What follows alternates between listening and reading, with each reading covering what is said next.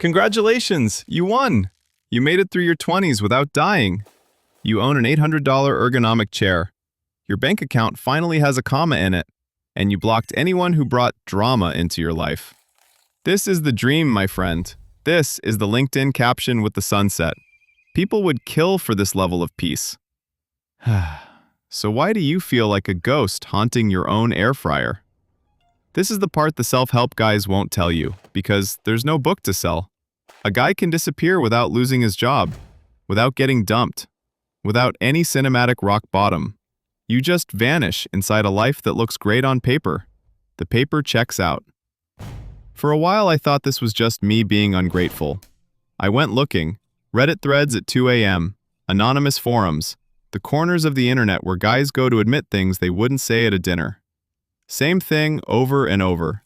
Guys in their 30s, mortgage, decent careers, money's okay. They go to the gym. They have hobbies, partners who love them, friends they technically still see, which is to say they used to. Same line under all of it. My life is fine, but I don't feel like I'm in it. I know the feeling. Take work. Remote, decent pay for the local economy, total flexibility. The dream, supposedly. Someone wrote a TED Talk about it, but it quietly destroys your brain. Your world shrinks to the desk. Your social life is a Slack channel. The people you talk to all day are little glowing circles, and every conversation dissolves the second you close the tab. Did you actually meet a human today? Technically, yes. The stupid part, when I had less stability, I felt more alive. A few years ago, I was running a tiny hostel near the beach. Did check-ins for some Airbnb rentals on the side. The pay was insulting. Nobody was writing career trajectory next to my name. But the days had texture. I was outside. I was talking to tourists who couldn't find the beach 20 meters in front of them, getting keys cut, sprinting across town to buy towels because a pipe burst in 4B at 11 p.m. Somebody actually needed something from me, and I had to physically be in the city to give it to them. Not glamorous. The world was just bothering me, constantly, in person. Turned out I needed that. That's what comfort takes from you. Not happiness. Contact. With actual people. With the street. With problems that need your hands and not a search bar. Modern comfort is built to remove friction. Food shows up at the door. Entertainment plays itself. Work happens in your underwear. Friends are always available in the group chat, which is exactly why you never call them. A partner who loves you no matter what, so you slowly stop showing up like a guy who still has to earn her. None of this looks like a problem. That's why you can ride it for years. You don't wake up screaming, "I'm wasting my life." That would be useful. You wake up tired on a Tuesday. You wake up tired again on Wednesday. Suddenly, it's August. The insidious part is it makes you feel like a good guy while you're fading out. You tell yourself you're easygoing, low maintenance, flexible, definitely not a demanding asshole. You don't want anyone leaning on you too hard, which sounds noble until you notice that nobody is leaning on you at all. Some of that is growing up. Most of it is a polite way of not showing up. There's a part of me that wants nobody on earth to expect anything from me. And another part that wants to feel like I'm building an empire. Those two guys live in the same skull and it's a problem. Comfort doesn't fix that. It just gives it more square footage. Once you have all the time and space you thought you wanted, you find out you don't know what to do with the day. So you start living in the future, which is a great place because nothing has gone wrong there yet. Tomorrow, when the launch is done. Tomorrow, when the cash flow stabilizes. Once the 10-year plan is locked in. Then I'll travel. Then I'll be present. Then I'll actually start.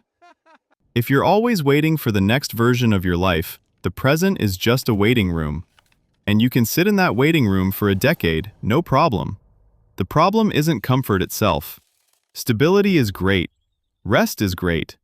Lying on the couch is, objectively, one of the best activities available to humans.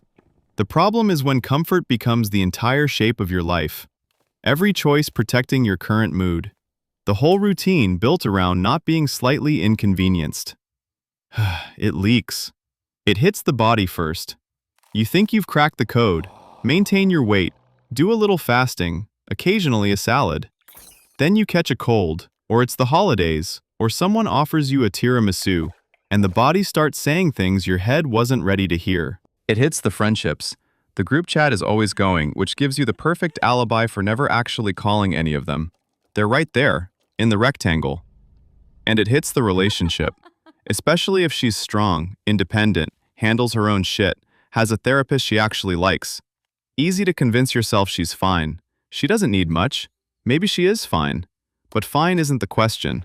The question is whether she should have to be. That one stings, because being the low-maintenance couple feels like a status. Sometimes a relationship doesn't need you to ask for less. It needs you to take the wheel for a stretch. To prove you haven't quietly put the whole thing on autopilot just because the car hasn't crashed yet. That's basically the problem. Nothing is asking him to be there anymore. The job doesn't need his body in a room. The friends are covered by the chat. His partner doesn't drag him into anything because she can already do everything. The bills are paid. He knows where the bus stops are. The system runs itself. He thinks the lack of pressure is freedom. It's just empty space he hasn't figured out how to use. The fix isn't to blow it all up. I don't buy the 4 a.m. hustle bro thing where you have to suffer at the gym in the dark to qualify as a real man. Chaos isn't the answer. We've all tried chaos. You need something in your life that asks you to show up before you feel 100% ready. Book the trip instead of having a vague conversation about it for the 7th time. Plan the dinner. Call the friend instead of dropping a meme at 11 p.m. Commit to a deadline that exists in writing, not just in your head where everything is negotiable. Stop asking, is she fine? That other version of you isn't dead. He's just been sitting around with nothing weighing more than 3 kilos. Not a fake crisis, not invented drama, something real enough that he has to stand up. Comfort is supposed to be the place you come back to, not the whole address. Hey, thanks for watching. If this video spoke to you, subscribe to Nick in Progress, and I'll see you in the next one. I send you a big hug. See you!